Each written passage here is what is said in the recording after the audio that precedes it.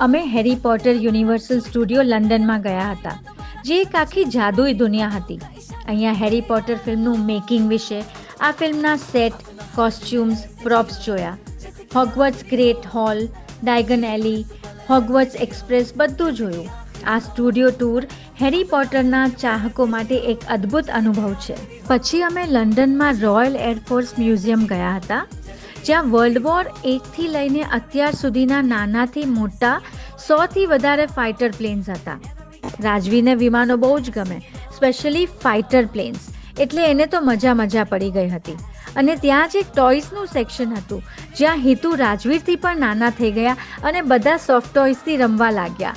લંડનના queen અને કિંગનું ઘર એટલે કે બકિંગહામ પેલેસ, અને પેલેસની સામે તો અમે પપ્પાના ગીત પર રીલ પણ બનાવી. અને એમનું બીજું ઘર એટલે કે વિન્સર કાસલ. વિન્સર કાસલ પાસે આવેલી રિવર પર બ્યુટીફુલ ડક્સ, સાંજનો સમય અદ્ભુત નજારો હતો. અને ત્યાં તો અમે ફેરિસ વ્હીલમાં પણ બેઠા, બહુ જ મજા આવી.